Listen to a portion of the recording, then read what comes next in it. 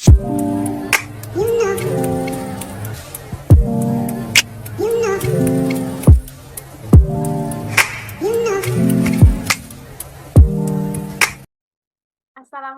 warahmatullahi wabarakatuh.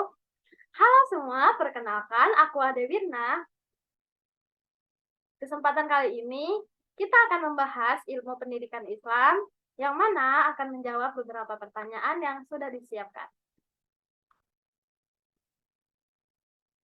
Pertanyaan pertama, jelaskan pengertian pendidikan Islam menurut etimologi dan terminologi.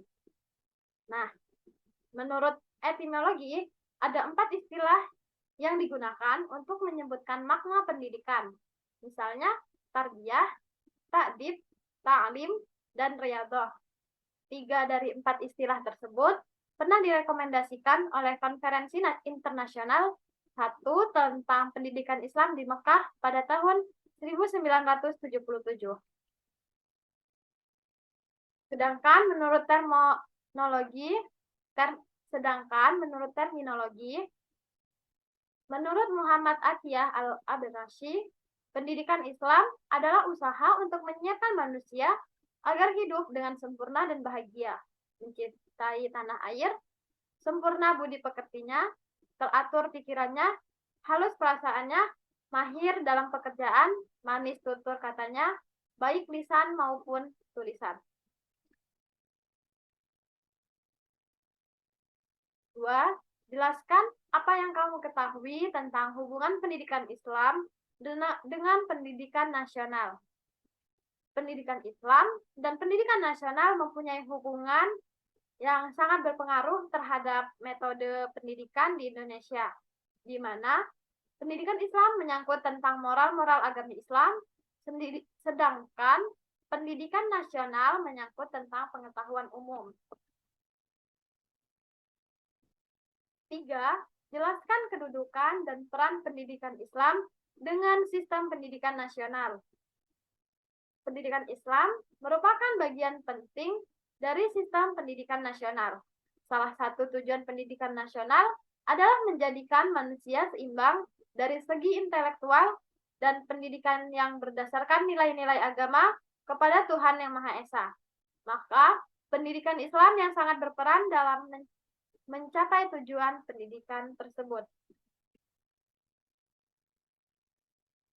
Yang keempat, sebutkan dan jelaskan sumber dan dasar ilmu pendidikan Islam. Dasar pendidikan Islam identik dengan dasar Islam itu sendiri.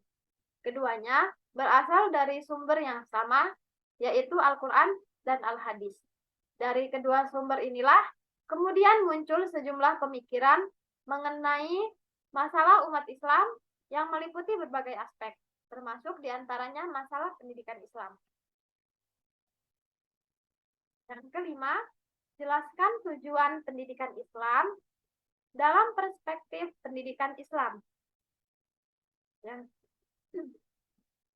Tujuan keagamaan, Ibnu Khaldun berpendapat, tujuan pendidikan Islam berorientasi ukhrawi dan duniawi. Pendidikan Islam harus membentuk manusia seorang hamba yang taat kepada Allah dan membentuk manusia yang mampu menghadapi segala bentuk persoalan kehidupan dunia.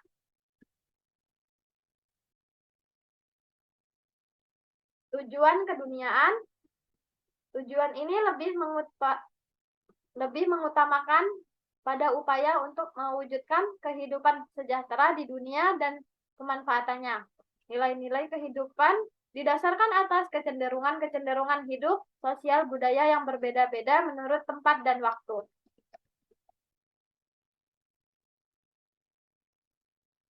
Sedangkan tujuan pendidikan menurut para ahli. Menurut Ki Hajar Dewantara, pendidikan merupakan salah satu usaha pokok untuk memberikan nilai-nilai kebatinan yang ada di dalam hidup rakyat yang berkebudayaan kepada tiap-tiap turunan baru. Tidak hanya berupa pemeliharaan, akan tetapi juga dengan maksud memajukan serta memperkembangkan kebudayaan menuju ke arah keseluruhan hidup manusia.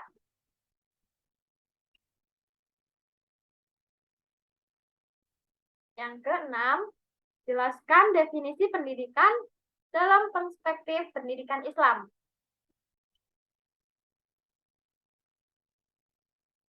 Adalah orang yang bertanggung jawab terhadap perkembangan peserta didik dengan mengupayakan perkembangan seluruh potensi peserta didik, baik potensi efektif, kognitif, maupun psikomotorik, sesuai dengan nilai-nilai ajaran agama Islam.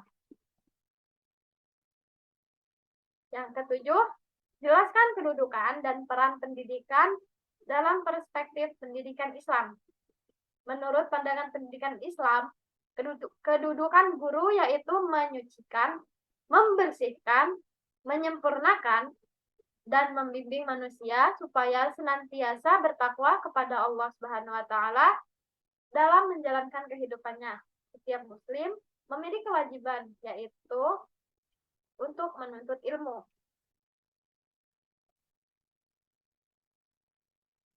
8. Sebutkan jenis-jenis dan syarat-syarat pendidikan dalam perspektif Islam. Seorang pendidik Islam harus seseorang yang beriman, bertakwa kepada Allah Subhanahu wa taala, ikhlas, berakhlak yang baik, berkepribadian yang integral, terpadu, mempunyai kecakapan, mendidik, bertanggung jawab, mempunyai sifat keteladanan, serta memiliki kompetensi keguruan. Jenis-jenis pendidikan dalam perspektif Islam. Yang pertama ada pendidikan Islam formal, kedua pendidikan Islam non formal, ketiga pendidikan Islam informal, yang keempat pendidikan Islam pada anak prasekolah. Syarat-syarat pendidikan menurut perspektif Islam. Yang pertama bertakwa, yang kedua berlaku adil, ketiga ikhlas, 4 mempunyai tujuan yang rabbani, 5 menguasai bidang yang ditekuni. 9. Jelaskan peserta didik dalam perspektif pendidikan Islam. Dalam pendidikan Islam, peserta didik adalah individu yang sedang berkembang, baik secara fisik, psikologis, dan religius, dalam mengarungi kehidupan di dunia dan di akhirat kelak.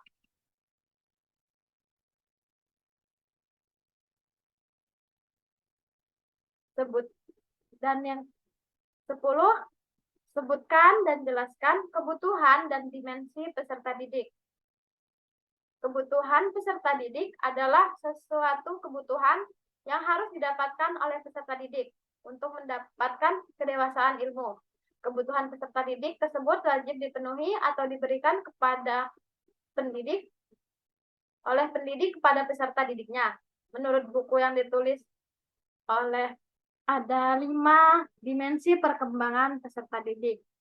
Yang pertama ada dimensi biologis, yang kedua ada dimensi kognitif, ketiga dimensi moral, keempat dimensi sosial emosional, dan yang terakhir dimensi agama. Nah, mungkin itu saja yang dapat saya sampaikan pada kesempatan kali ini.